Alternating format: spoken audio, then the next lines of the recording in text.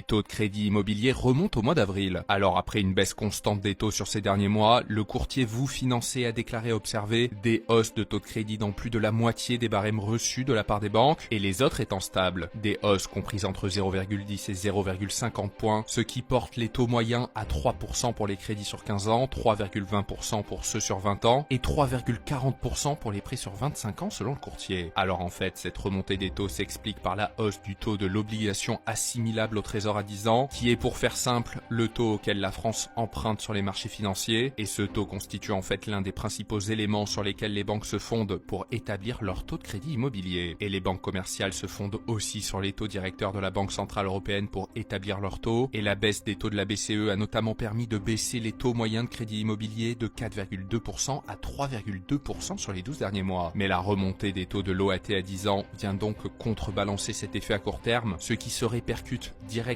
sur les taux de crédit immobilier. Alors cette hausse du taux de l'OAT à 10 ans s'explique par plusieurs facteurs. Tout d'abord, la situation économique de la France avec une dette qui dépasse les 3300 milliards d'euros, soit 113% du PIB. Les investisseurs internationaux sont plus frileux de prêter de l'argent à la France. Et par ailleurs, les tensions commerciales liées aux droits de douane de Trump rajoutent une couche de nervosité sur les marchés, ce qui ne joue pas en faveur d'une accalmie sur les taux.